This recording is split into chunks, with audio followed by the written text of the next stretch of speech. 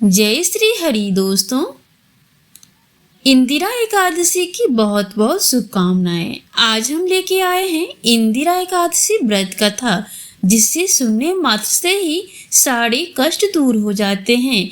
ये पितरपक्ष में आने वाली एक अत्यंत पावन तिथि है। शास्त्रों में कहा गया कि इस व्रत को करने से सभी पाप नष्ट होते हैं और पितरों को स्वर्गलोक की प्राप्ति होती है।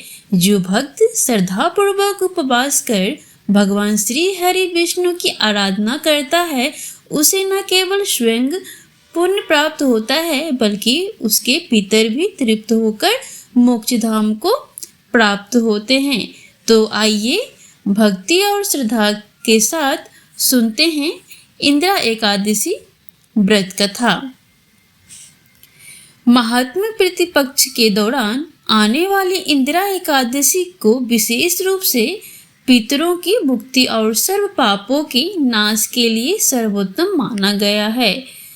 प्राचीन समय में सतयुग में महिष्मती नगर में इंद्रसेन नामक धर्मात्मा राजा राज्य करते थे।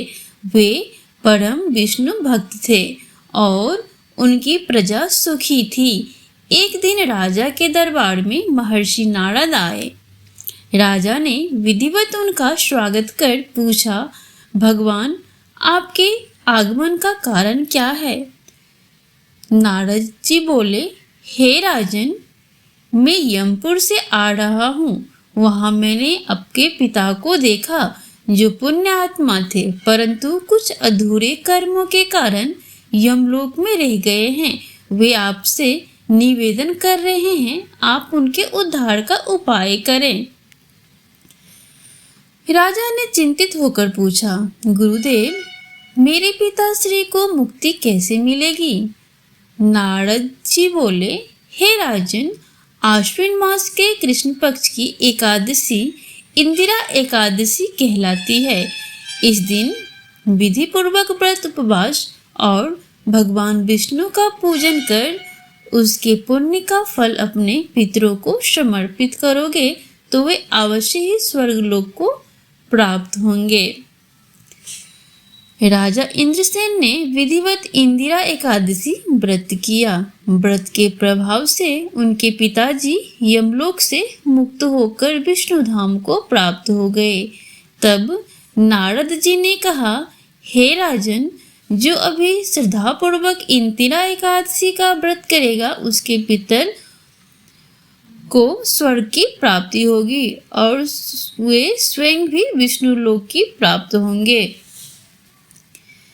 दसवीं तिथि से सात्विक भोजन करें और ब्रह्मचर्य का पालन करें। एकादशी के दिन प्रातः स्नान कर भगवान विष्णु की पूजा करें। तुलसी पत्र, धूप, दीप, फल, फूल से श्री विष्णु का पूजन करें। दिन भर व्रत रखें और हरि नाम संकीर्तन करें। रात्रि में जागरण करें। द्वादशी तिथि को व्रत का पालन करें और पितरों के नाम से दान करें। इस व्रत से पितरों की आत्मा को शांति मिलती है और पापों का नाश होता है, मोक्ष की प्राप्ति होती है। जय श्री हरि।